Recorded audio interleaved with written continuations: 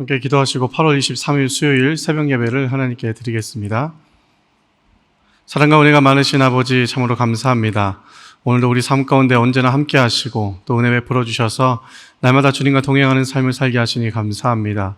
오늘 이 아침도 기도와 말씀으로 하루를 시작합니다. 성령께서 함께 해주시고 이 예배를 통하여서 하나님 말씀하여 주시고 그 음성에 순종하는 복된 하루 되도록 인도해 주옵소서. 감사드리며 예수님의 이름으로 기도하옵나이다. 아멘. 오늘 이 시간 우리에게 주신 하나님의 말씀은 예레미야 24장 1절부터 10절까지 말씀입니다. 예레미야 24장 1절부터 10절까지 말씀을 함께 받들어 읽겠습니다. 바벨론의 느부갓네살 왕이 유다 왕 여호야김의 아들 여고냐와 유다 고관들과 목공들과 철공들을 예루살렘에서 바벨론으로 옮긴 후에 여호와께서 여호와의 성전 앞에 놓인 무화과 두 광주리를 내게 보이셨는데 한 광주리는 처음 익은 듯한 극히 좋은 무화과가 있고 한 광주리에는 나빠서 먹을 수 없는 극히 나쁜 무화과가 있더라. 여호와께서 내게 이르시되 예레미야야 내가 무엇을 보느냐 하시매 내가 대답하되 무화과이온데 그 좋은 무화과는 극히 좋고 그 나쁜 것은 아주 나빠서 먹을 수 없게 나쁘나이다 하니 여호와의 말씀이 또 내게 임하니라. 이르시되 이스라엘의 하나님 여호와께서 이와 같이 말씀하시니라. 내가 이곳에서 옮겨 갈대아인의 땅에 이르게 한 유다 포로를 이 좋은 무화과 같이 잘 돌볼 것이라.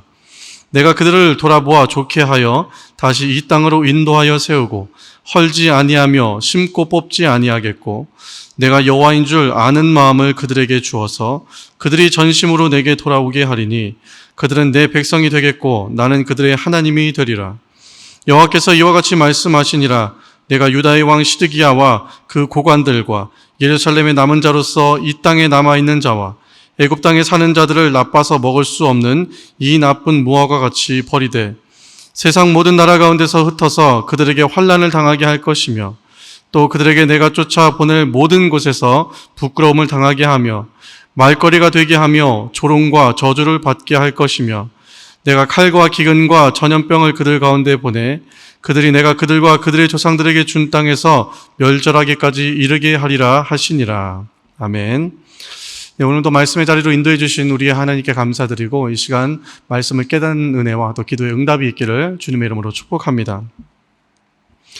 우리 인생을 살다 보면 항상 좋은 일만 있는 것은 아닙니다. 오르막이 있으면 내리막이 있고 때로는 아주 평범한 평지의 길에서도 넘어지기도 하고 또 경험하고 싶지 않은 난처한 일들을 우리가 종종 겪게 되기도 합니다. 우리가 신앙인으로서 고통의 시간들을 대하는 자세는 매우 중요한 것이죠. 우리에게 찾아오는 어려움이 하나님의 손길에서 비롯된 것이든 개인적인 시험이나 연단 때문이든 신앙인으로서 이 땅을 살아감에 있어서 우리에게 불필요하거나 중요하지 않은 순간은 하나도 없습니다. 그러므로 위기의 순간들, 고통의 시간들이 찾아올 때 그 시간들 속에 담긴 의미가 무엇인지를 우리가 잘 생각하고 그 시기를 신앙으로 잘 극복하는 것이 무엇보다 중요합니다. 우리는 위기는 기회가 된다라는 말을 참 좋아합니다. 그리고 누구나 많이 사용하고 심지어 자주 듣기도 하는 말입니다. 위기는 곧 기회다. 참 좋은 말이죠. 그러나 그 시간을 온전한 기회로 만드는 것은 말처럼 쉬운 것은 결코 아닙니다. 위기를 통해서 사람은 성장한다고 많은 사람들이 이론적으로 잘 알고 있지만 사실 사람들은 실제적으로는 어떻습니까? 위기를 싫어하죠. 할 수만 있다면 고통은 피하고 싶어 합니다. 오늘 본문에서 하나님은 고통의 시간을 하나님께 맡기는 사람과 고통을 피하려고만 하는 사람들의 모습을 이 무화과의 열매의 비유를 통해서 말씀하시면서 이스라엘을 꾸짖으시는 하나님의 엄중한 경고의 말씀이 등장합니다. 여고냐 왕과 고관들이 백성들이 사로잡혀서 바벨론으로 포로로 잡혀가게 됩니다. 하나님께서 무화과 두 광주리 환상을 예레미야에게 보여주시죠. 한 광주리에는 극히 좋은 무화과가 담겨 있고 다른 한 광주리에는 아주 나쁜 무화과가 담겨져 있습니다. 너무 나빠서 도저히 먹을 수 없는 상태의 아주 나쁜 무화과였죠. 오늘 3절과 7절 말씀을 한번 보도록 하겠습니다. 여호와께서 내게 이르시되 예레미야야 내가 무엇을 보느냐 하시매 내가 대답하되 무화과이온데 그 좋은 무화과는 극히 좋고 그 나쁜 것은 아주 나빠서 먹을 수 없게 나쁘니이다 하니 여호와의 말씀이 또 내게 임하니라. 이르시되 이스라엘의 하나님 여호와께서 이와 같이 말씀하시니라. 내가 이곳에서 옮겨 갈대아인의 땅에 이르게 한 유다 포로를 이 좋은 무화과 같이 잘 돌볼 것이라.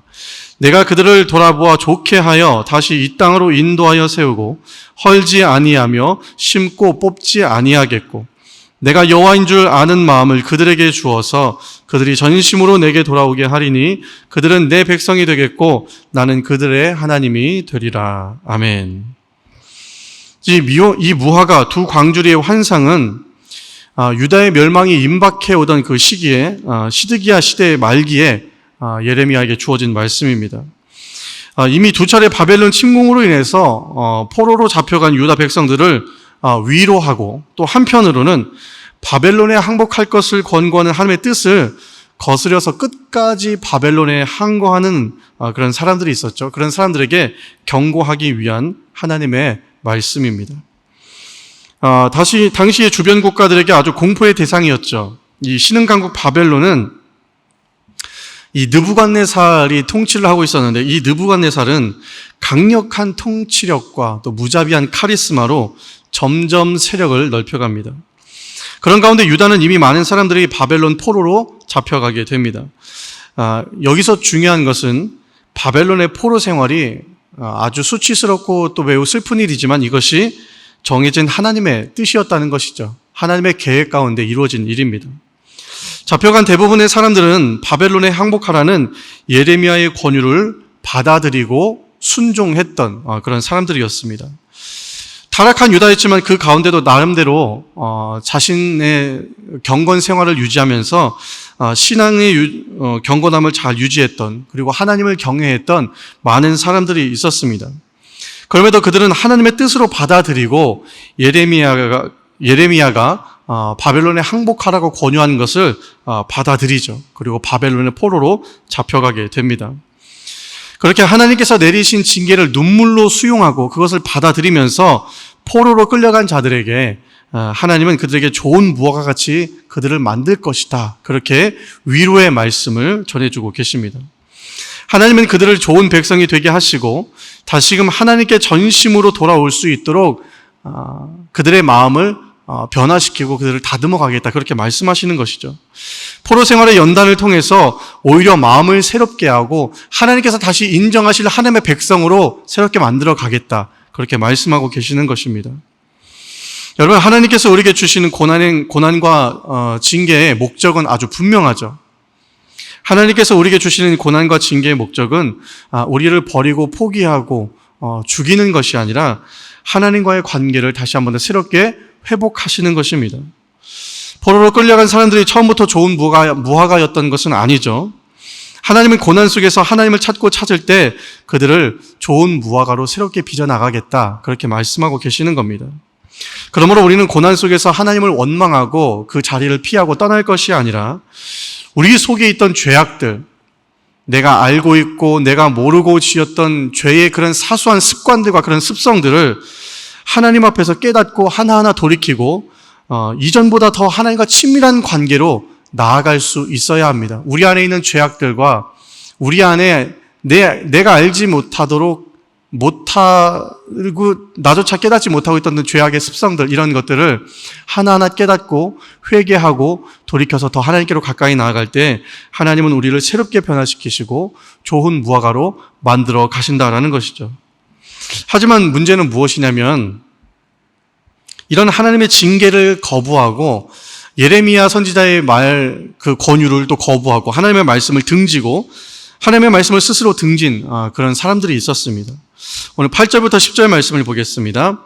여호와께서 이와 같이 말씀하시니라. 내가 유다 왕 시드기야와 그 고관들과 예루살렘의 남은 자로서 이 땅에 남아있는 자와 애굽 땅에 사는 자들을 나빠서 먹을 수 없는 이 나쁜 무화과 같이 버리되 세상 모든 나라 가운데 흩어서 그들에게 환난을 당하게 할 것이며 또 그들에게 내가 쫓아보낼 모든 곳에서 부끄러움을 당하게 하며 말거리가 되게 하며 조롱과 저주를 받게 할 것이며 내가 칼과 기근과 전염병을 그들 가운데 보내 그들이 내가 그들과 그들의 조상에게서 준 땅에서 멸절하기까지 이르게 하리라 하시니라. 아멘.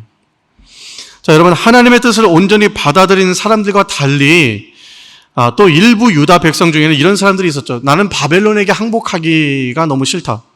그것을 거부하고 거절하는 사람들이 있었습니다.